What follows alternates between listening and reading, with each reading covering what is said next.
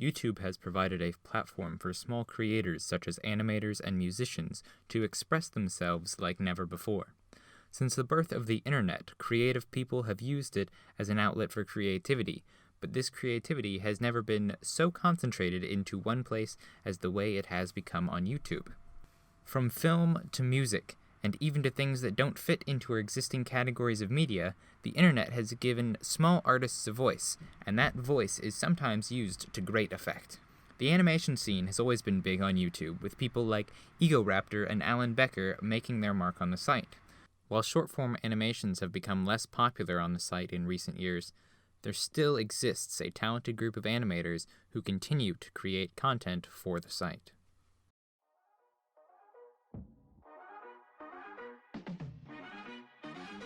One such animator goes by RDR, or this, since she's South Korean.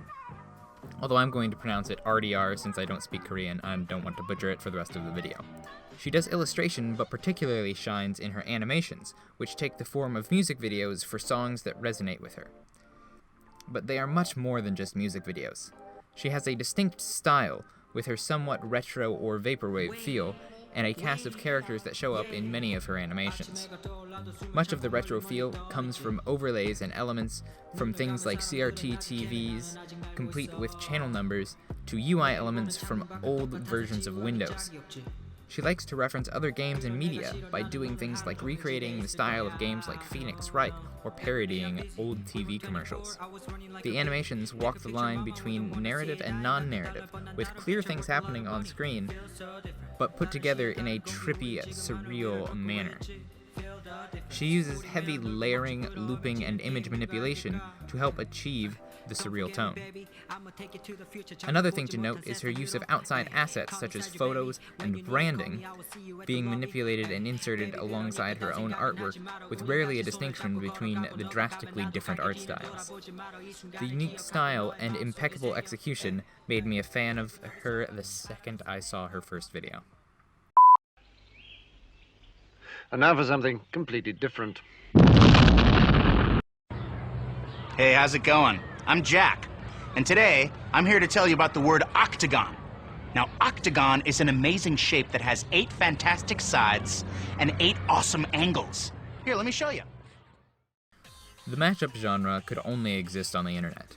It's a genre that consists of people editing together and in some cases completely rewriting 2 or more songs into a single cohesive piece. Many of them are heavily influenced by Japanese otaku culture, as much of the trend started on a Japanese video sharing site called Nico Nico Doga. As these mashups made their way to a Western audience on YouTube, they inspired popular videos such as Everyone's Platinum Sequel and Everybody's Circulation. In addition to the video game and anime influences, these added many references to 4chan memes and gangster rap, which became a popular staple of the genre.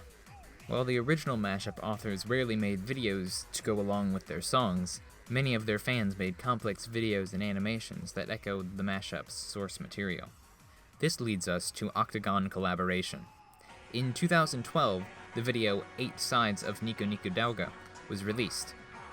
While most mashups centered around mashing songs up with each other, this video centered around a Sesame Street segment where Jack Black talked about octagons with Elmo. Every segment is clips from the Sesame Street segment, mashed up with various references to trends on Nico Nico Doga. All with fully animated video done by one of 20 different contributing artists from across platforms. The video was posted to the OctagonCollaboration channel, a new channel that would host more similar collaborations in the future. That was all that was heard from OctagonCollaboration for almost exactly a year, but on December 26, 2013, 8 Awesome Angles of YouTube was announced, and 4 days later, it was released. The video followed the same concept as the first, with Nico Nico Doga replaced with YouTube, but this time producer Noma created the medley along with 14 other collaborators. Production quality improved drastically from the first installment, but no one could have predicted how over-the-top the next installment would be. After 4 years of silence on the channel, OctagonCollaboration released a video teasing the final installment of the Octagon trilogy, the glorious Octagon of Destiny. Let me show you. Octagon. After 8 long months, on October 8th, 2019, it was released. With Noma returning to produce the melody and a stunning 33 collaborators, the video was more polished than ever. As always, it was filled with references to pop culture and video games, but with a level of effort put into the visuals that had never been seen before in a project of this scope. The glorious Octagon of Destiny is truly a masterpiece that will go down in the annals of internet history. As with many of the artists on the internet, both RDR and OctagonCollaboration's work have an aspect that is derivative of others' work. Perhaps mashups more than most art. While copyright law is somewhat antagonistic to creators, and many creators ignore copyright entirely, these mashups exist as an odd relic of the culture that produced them. RDR's work fits more cleanly into the box of traditional art, but still takes heavy influence from internet culture, and obviously she uses other artists' songs in her music videos.